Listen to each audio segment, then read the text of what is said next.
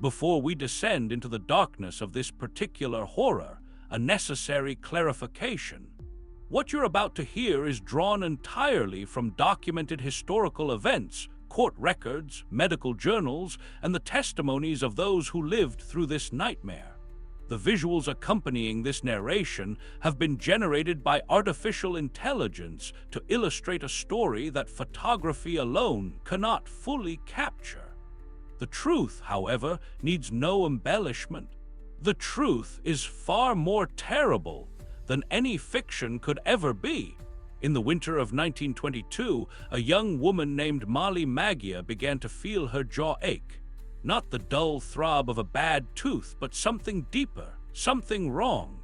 She was 24 years old, vibrant, the kind of girl who lit up a room when she entered. Her friends at the factory called her Mollie with the beautiful smile. By the time the doctors were finished with her, she wouldn't have a jaw at all. But we're getting ahead of ourselves. Let's go back to when these girls glowed in the dark. Back to when they were told they were the lucky ones. The year is 1917. The Great War rages across Europe, and America has finally entered the fight. In a nondescript brick building in Orange, New Jersey, the United States Radium Corporation hums with activity.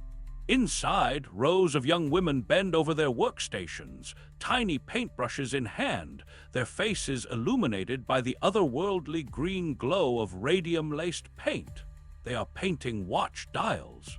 Thousands upon thousands of watch dials. Timepieces for soldiers in the trenches who need to read the hour in the pitch-black hell of no man's land.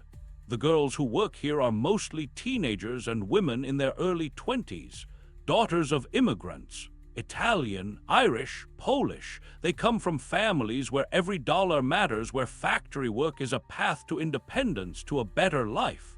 And this particular factory job, this is considered one of the good ones. The pay is excellent, triple what they'd make at most other factories. The work is delicate, refined. They get to sit down. They're not breaking their backs in laundries or losing fingers in textile mills. And there's something else, something magical about this job. The paint they use, radium paint mixed with zinc sulfide, glows, a luminous ethereal green that seems to pulse with its own inner life. The girls get it on their clothes, in their hair, on their skin. When they go home at night and turn off the lights, they shimmer. Their fingertips glow. Their lips shine green in the darkness. Some of them paint their teeth with it, paint their nails, dust it in their hair before going out dancing. They call themselves the Ghost Girls. They are the envy of their neighborhoods. The company owners, the managers, the scientists who developed this miraculous substance, they all assure the girls that radium is not only safe but beneficial, healthful even. Hadn't doctors been prescribing radium water as a tonic? Weren't there spas where wealthy patrons paid handsomely to bathe in radium-laced waters? The element was being marketed in everything from cosmetics to suppositories. Radium, they were told, was the miracle element of the 20th century. The technique they used was called lip pointing. To achieve the fine, precise lines needed for the tiny numerals on watch faces, the girls were instructed to put the brush between their lips, shape the bristles to a sharp point with their tongue and lips, then dip it in the radium paint and apply it to the dial. Lick, dip, paint, lick, dip, paint, over and over, hundreds of times a day. They'd go through dozens of brushes in a single shift. With each rotation of that brush in their mouths, microscopic particles of radium adhered to their tongues, their gums, the soft tissue of their throats. Meanwhile, the male scientists who handled the same paint worked behind lead screens, used lead aprons and tongs, washed their hands constantly, never letting the substance anywhere near their faces. But the girls were told to lick the brushes. It made the work faster, more efficient, and efficiency was everything when there was a war to win. Grace Fryer started working at the United States Radium Corporation in 1917 when she was 18 years old. She was bright, ambitious, one of the fastest dial painters in the factory. She worked there for 2 years before moving on to other employment. In 1922, the same year Mollie Maggia's jaw began to ache, Grace noticed something strange. Her teeth were becoming loose. Not one tooth, all of them. When she went to the dentist, he pulled 2 of her teeth, but the surrounding tissue wouldn't heal. The holes in her gums remained open, weeping wounds that refused to close. Then her back began to hurt, her hip, her feet. Some days the pain was so severe she could barely walk. She was 23 years old. Mollie Maggia's condition deteriorated faster. The pain in her jaw became unbearable. Dentists removed tooth after tooth, but nothing helped. The pain only spread. Her jaw swelled grotesquely. The tissue began to rot. When one dentist attempted to treat an infection, he took hold of her jaw to examine it more closely, and the bones simply crumbled in his hands. He pulled out her entire lower jaw in fragments, pieces of bone so brittle they fell apart at the slightest touch. The exposed tissue underneath glowed faintly in the dark. The smell was unspeakable. The necrosis, the rot spreading through her body from the inside out, gave off a stench that filled whatever room she occupied. Her younger sisters, Quinta, Albina, and Josephine, all worked at the same factory. They watched their vibrant, beautiful sister waste away, her face collapsing inward where her jaw had been, her body racked with pain that no morphine could truly touch. On September 12, 1922, Mollie Maggia died. She was 24 years old. She had worked at the radium factory for just under 4 years. The official cause of death listed on her death certificate was ulcerative stomatitis, a mouth infection coupled with syphilis. The company doctors had examined her and made sure that diagnosis made it into the record. Syphilis, a venereal disease. The implication was clear and devastating to her family.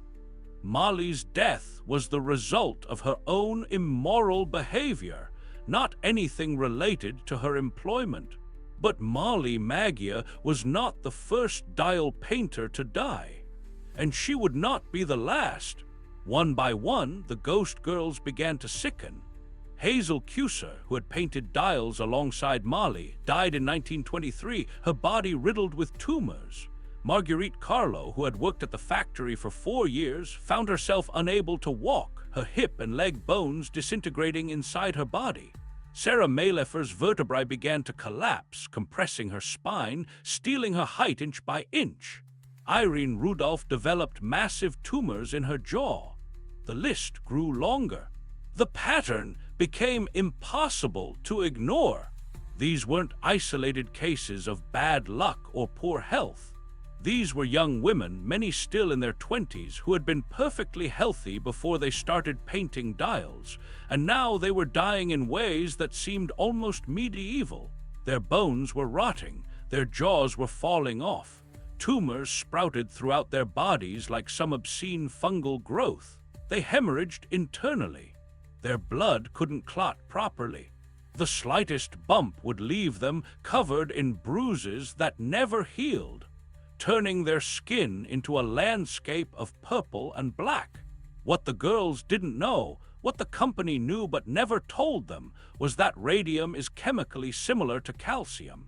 When ingested, the body mistakes it for calcium and deposits it directly into the bones and teeth. Once there, radium continues to decay, emitting alpha particles that destroy the bone tissue from within. It has a half-life of 1,600 years. The radium these girls had ingested would remain radioactive in their bones for longer than human civilization has existed. They had swallowed poison that would outlive empires. The damage was catastrophic and irreversible. The radiation destroyed their bone marrow, the factory where the body produces blood cells. This led to severe anemia and an inability to fight infections. It caused spontaneous bone fractures. It triggered sarcomas, aggressive bone cancers that grew with horrifying speed, and there was no treatment, No cure. Once the radium was in their bones, it was there to stay, quietly murdering them from the inside out. Grace Fryer wanted answers. By 1925, she could barely walk. She had lost most of her teeth. Her spine was disintegrating. She was 26 years old and felt like she was 90. She went to doctor after doctor, and they all gave her different diagnoses: rheumatism, anemia, bad dental hygiene, syphilis. That one came up again and again, as if the epidemic of dying dial painters could all be explained away by moral failure. But Grace was smart, and she was angry. She began to connect the dots. All of the women who were sick had worked at the same factory. They had all used the same technique, lip pointing, to paint dials with radium, and they were all suffering the same bizarre constellation of symptoms. This wasn't coincidence. This was cause and effect. She wanted to sue. She wanted justice, compensation, acknowledgement. But finding a lawyer willing to take on the United States Radium Corporation was nearly impossible. The company was powerful, well-connected, and had deep pockets. They hired the best doctors, the best lawyers, and they had a simple strategy: deny everything and delay. For 2 years, Grace searched for legal representation. Every lawyer she approached turned her down. The case was too difficult, they said, too expensive, too risky. The company would drag it out forever. And there was another problem: statutes of limitations. The law stated that personal injury lawsuits had to be filed within 2 years of the injury occurring. Grace had left the radium factory in 1920. It was now 1927. By the time she found a lawyer willing to take her case, a man named Raymond Barry, the statute of limitations had technically expired. But Barry found a loophole. He argued that the injury didn't occur when Grace first ingested the radium, but rather when she first became aware of the connection between her illness and her employment. Since the company had actively concealed the dangers of radium and misled the workers about its safety, the clock shouldn't start ticking until she had reason to know she'd been harmed. It was a novel legal argument. It would help reshape personal injury law in America. Grace wasn't alone anymore. 4 other women joined the lawsuit: Edna Hussman, Catherine Schaub, Quinta MacDonald, Mollie Maggia's younger sister, and Albina Laris, another of Mollie's sisters. They became known as the Radium Girls. 5 dying women taking on a corporate giant. The legal battle was brutal. The United States Radium Corporation deployed every tactic they could muster. They hired private investigators to dig up dirt on the women. They hired doctors to examine them and testify that their illnesses had nothing to do with radium exposure. They claimed the women were lying, exaggerating, or suffering from other ailments entirely. They delayed hearings, filed motions, dragged their feet at every opportunity. They knew that time was on their side. The women were dying. If they could just stall long enough, the problem would solve itself. And the women were dying. Quinta MacDonald was so weak she had to be carried into the courtroom on a stretcher. Her hip had been surgically removed after the bone disintegrated completely. Catherine Schaub's jaw had deteriorated so badly that she couldn't speak clearly. Edna Hussman was covered in tumors. They sat in that courtroom, these young women who had once glowed with health and radium, now hollow-eyed and skeletal, their bodies falling apart in real time. The press coverage was intense. Newspapers across the country picked up the story. The image of these dying women fighting for justice against a corporation that had poisoned them for profit captured the public imagination. They became symbols of corporate greed, of the expendability of workers, especially female workers in industrial America. The ghost girls, who had once painted their teeth to glow at dances, now glowed in a different way, with the bright, terrible light of injustice exposed. Behind the scenes, even more disturbing information came to light. It turned out that as early as 1925, the company had known radium was killing its workers. A study conducted by specialists in the field of industrial toxicology had confirmed that the dial painters were suffering from radium poisoning. The company had received this report and buried it. They never told the workers, never changed the lip-pointing technique, never warned the girls of the danger. They simply kept production going, hiring new girls to replace the ones who got sick, and lying to everyone about what was happening. Dr. Harrison Martland, the chief medical examiner of Newark, New Jersey, conducted his own investigation. He examined living and deceased dial painters and definitively linked their illnesses to radium exposure. He even coined a term for the condition, radium jaw. His research proved beyond any reasonable doubt that the radium paint was killing these women. When he attempted to share his findings with the company, they dismissed him. When he tried to warn current workers, the company blocked him. In June 1928, the case finally went to trial. Or rather, it almost went to trial. The night before proceedings were set to begin, the United States Radium Corporation agreed to settle. They paid each of the 5 women $10,000, about $150,000 in today's money, plus a $600 annual pension and coverage of all medical expenses. It wasn't much. It wasn't enough. But the women were dying, and they needed help now, not years down the line after endless appeals. More importantly, they had won.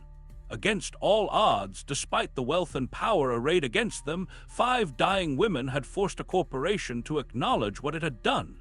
They had changed the law. The concept that companies could be held liable for occupational diseases even years after exposure was revolutionary. Worker safety regulations began to change. The dial painting industry reformed its practices. No more lip pointing. No more casual exposure to radioactive materials. But for the Radium Girls themselves, there would be no recovery. The damage was done. The radium in their bones would never leave. Grace Fryer lived until 1933. She was 34 years old when she died. Edna Hussman died in 1931 at 31. Quinta MacDonald, who had watched her sister Mollie's jaw disintegrate before her eyes, died in 1929. She was 31. Catherine Schaub lived until 1933. Albina Laris made it to 1946, one of the longest survivors, though she spent the last decades of her life in constant pain. In total, more than 50 women who worked as dial painters for the United States Radium Corporation died from radium poisoning. Dozens more suffered debilitating illnesses. Some of them didn't die until the 1980s, the radium still active in their bones 60 years after they'd painted their last watch dial. Here's something that will stay with you. In the 1980s, a scientist wanted to study the long-term effects of radium exposure. He arranged to exhume some of the Radium Girls' bodies. When they opened the coffins, the remains were still radioactive, still glowing. After more than half a century in the ground, the bones of these women still emitted measurable radiation.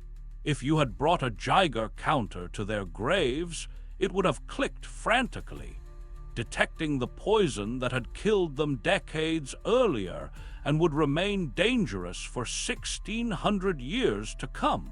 The girls who had painted their teeth to glow at dances. The ghost girls who had been the envy of their neighborhoods. They glowed still. They glow even now. A half-life measured in millennia, a testimony to corporate indifference that will outlast nations. The story of the Radium Girls isn't just a historical tragedy. It's a blueprint that has repeated itself over and over in the century since they died. Asbestos workers assured the material was safe. Coal miners told that black lung was just part of the job. Chemical plant employees promised that the compounds they handled wouldn't hurt them. Workers at every level in every industry told that their health concerns were unfounded. That company doctors knew best, that if they would just trust the process, everything would be fine. The Radium Girls' legacy lives in every worker safety regulation we have today, in the Occupational Safety and Health Administration, in the concept of corporate liability, in the right to know what materials you're working with and what they might do to you. They bought those protections with their bodies, with their pain, with their lives. But their story is also a reminder that those protections are only as strong as our willingness to enforce them. That corporations, when left unregulated, will sacrifice workers on the altar of profit without a second thought. That the people making decisions about workplace safety are rarely the ones whose bodies are on the line. Mollie Maggia, Grace Fryer, Quinta MacDonald, and all the ghost girls didn't set out to be heroes. They just wanted to work. They wanted to earn a living, to support their families, to have a little independence. They painted watch dials, such a simple thing, such a mundane task, and it killed them in the most horrific way imaginable. The United States Radium Corporation continued operations for decades after the Radium Girls case. The executives who buried the toxicology reports and lied to their workers faced no criminal charges. They lived long, comfortable lives.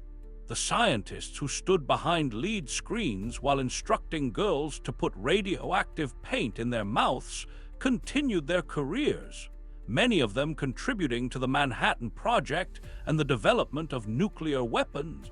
They were lauded as pioneers, as brilliant minds of the atomic age. The girls rotted from the inside out and glowed in their graves. This is the kind of story they don't teach in most history classes. It's too dark, too disturbing, too accusatory. It asks uncomfortable questions about the systems we've built, about whose lives we consider expendable, about the price of progress and who's forced to pay it. The ghost girls paid with their jawbones, their spines, their blood and marrow. They paid with years they should have had marriages, children, simple pleasures like eating without pain or walking without agony. They paid with everything. And what they bought with that terrible price was a sliver of justice. A crack in the armor of corporate immunity, a precedent that would protect future workers. It wasn't enough. It's never enough, but it was something wrested from the darkness by women who glowed. If you found yourself drawn into this dark corner of history, if you want to hear more stories about the moments when humanity revealed its worst and its best, when ordinary people faced extraordinary horrors and fought back anyway, then you need to join us here at Rude History. Because history isn't always polite. It isn't always comfortable. The real stories, the ones that matter, are often the ones they'd rather you forget. The ghost girls almost were forgotten. The company tried to bury them twice, once literally and once in the historical record. We're here to make sure that doesn't happen. We're here to tell the rude truth about the past. Subscribe and let's keep digging together. The darkness has many more secrets to reveal. The ghost girls are still glowing, still warning us, still waiting for us to learn the lesson they died teaching. Don't look away.